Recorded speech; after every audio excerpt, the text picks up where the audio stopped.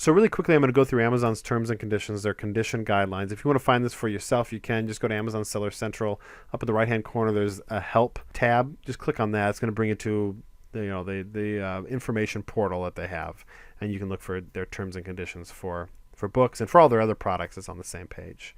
But I'm gonna go through them really quick. So for a book to be listed as new on Amazon, it needs to be in pristine condition. So brand new, unused, unread copy. It says in perfect condition is what it says. So gift-giving condition.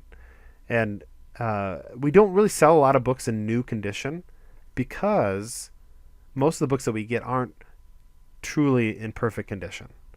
Many of the books that we get would be considered new on like a Barnes & Noble shelf, but I think the Amazon customer is a little different than that.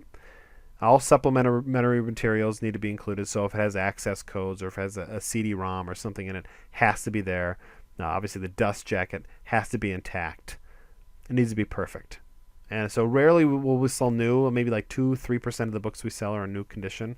I mean, maybe even less than that, now that I think about it. The only time we sell a book in new condition is if it's still in its original shrink wrap. So some textbooks will be shrink wrapped, sometimes because they have multimedia like stuff with them. And if we find them in their shrink wrap still and we scan them in, we'll sell them in new condition. But generally, for a couple reasons, because we're sending the books into Amazon naked, we don't box them up or polybag them, and because we know they're probably going to get a ding here and a ding there along the way. Nothing major, because Amazon does really good at taking care of our books. A lot of times we just we're gonna take it, we're gonna play it safe, and we're gonna list this book and use like new instead of new. So use like new is very similar to like new, or use like new is very similar to new, but it's different. You still need to have the dust cover, no nicks or tears. The spine has no signs of creasing. Pages are clean and not marred by notes or folds of any kind. So any highlighting, any underlining, any dog-eared pages, you can't sell it as like new. Literally, I think like 90% of the books at a Barnes & Noble are in used like new condition, from my experience. I mean, because, they've been shelved and maybe a couple people have picked it up and looked at it. They still look new to me. They smell new. The spines look good. But, they just have some of that shelfware, that minor shelfware that would take it from the new category in Amazon down to used like new.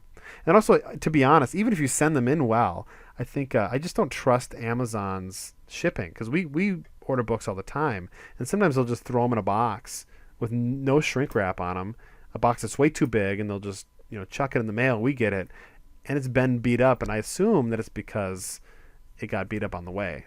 Because a lot of these books we order from Amazon.com themselves, and we know they're new. They buy them new by the case. And they get to us a little beat up, more in used like new condition than a new. The next one down is used very good, and I'd say the bulk majority of the books that we sell on Amazon are in this category, used very good. So pages, dust cover are still intact. The book is not marred by notes or highlighting, and the spine is undamaged. So there can be highlighting, there can be notes, there can be a little shelf wear, but generally the book is in very nice condition. Like, it'd be like the books on my bookshelf over here behind my right-hand shoulder. I have a lot of nice books. I have books on a variety of subjects, and most of them, I'd say, are in very good condition. Now, for the books that I read that I mark up, and I underline some things, and I'm writing in the margin, excessively, more than like 1 or 2 pages, then those are going to be in used good condition. So still, all the pages and cover are intact. Has to have a dust cover. The spines can show some signs of wear, but the notes and the highlighting inside is still limited, so it's not overwhelming. Now, it may include from the library labels. So if you're sourcing from library sales and you buy library books and they have those typical library labels, maybe not like the dozen or so of them that some books have, it seems like. It could just have a few. If it has any library labels, if it's an ex-library book in any regard, it has to be listed at best in used good condition. So just keep that in mind. But used good books are, they've obviously been read. They've probably been marked up. And they might have a few dings here or there, but they're still readable. And then finally, used acceptable. So still, it's 100% complete. Now you see that's a running theme between all these conditions. There can't be a single page missing. So one thing to be looking for if you're out there sourcing like workbooks, make sure when you look at the spine of the book and you look up and down the pages that none of the perforated pages have been ripped out, because if one page has been ripped out, you can't sell that book on Amazon according to their terms and conditions. So make sure all the pages are intact. The dust cover, if it has one, needs to be intact as well. Also, it may have notes and highlighting, but the text cannot be obscured or unreadable. So not only does it have to have all the pages, but they can't have marked the pages or marked over the words so much that you can't read them. If that's the case, then it's not a book that you can sell on Amazon, because the last condition category is used unacceptable.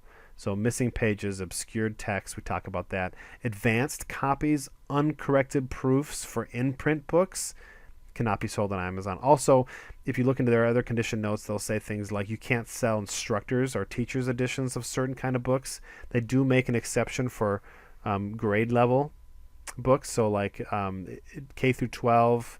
There's some the kindergarten, elementary age textbooks are okay to have the teacher's edition too, and the little parentheses in there says it's for homeschooling families that are educating their children at home and they want to have the answers to all the questions. That's perfectly acceptable.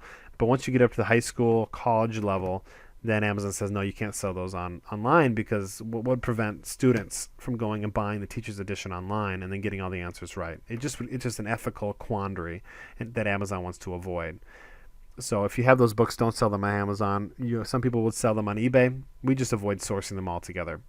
And then if we get them randomly, sometimes they sneak in, because you'll scan the barcode. Sometimes the barcode for a teacher edition is the same as the barcode for a student edition, and then we just have them redonated back to the thrift store. Also, international editions, like for textbooks, for some reason, we had a friend that lived in France, and she traveled over here, and she was kind of like a foreign exchange student, and she gave us her books to sell on Amazon, but they're international editions, so they're in English, but they're printed in France, so we couldn't sell them. They were restricted on Amazon, so we had to give them back to her. But just those are just some things to be mindful of. Now, there is a category for book selling which is called collectible books, and so for a book to be collectible, it needs to be like one of a kind, like think vintage, think unique in some way, like a first edition or first printing. Maybe it's signed by the author, or maybe it's just a book that had like a really low amount of books that were printed and really scarce and very, and like the collectors that are out there, the antiquarian collectors are looking for it.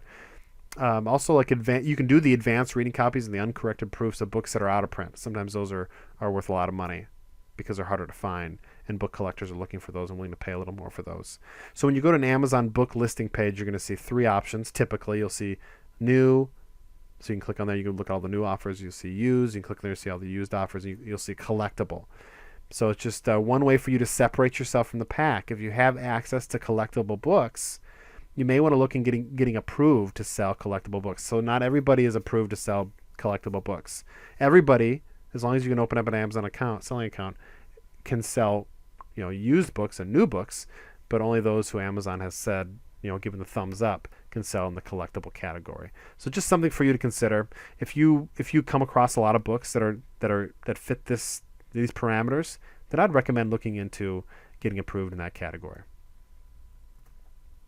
So in conclusion, now that we've chosen a book sourcing technology and equipment and apps, and you've established a solid book buying criteria, and you have a decent understanding of Amazon's condition guidelines, in the next videos in this series, we're going to walk you through the actual sourcing process. So we're going to look at 50 or more books, and I'm going to tell you, like, straight up what I'm looking at, what decision I've come to, and why. And so you'll be able to see that in the next few videos. So I'm really excited. It's really going to be these next few videos that are going to get you going. If you've sold on Amazon before, maybe still worth checking them out, because maybe I have an approach that you haven't thought about. If you're brand new to Amazon, obviously brand new to selling books on Amazon, I'd highly recommend you watching these videos. They could really help you just jumpstart your book sourcing business. So thank you for watching. We'll catch you in the next video.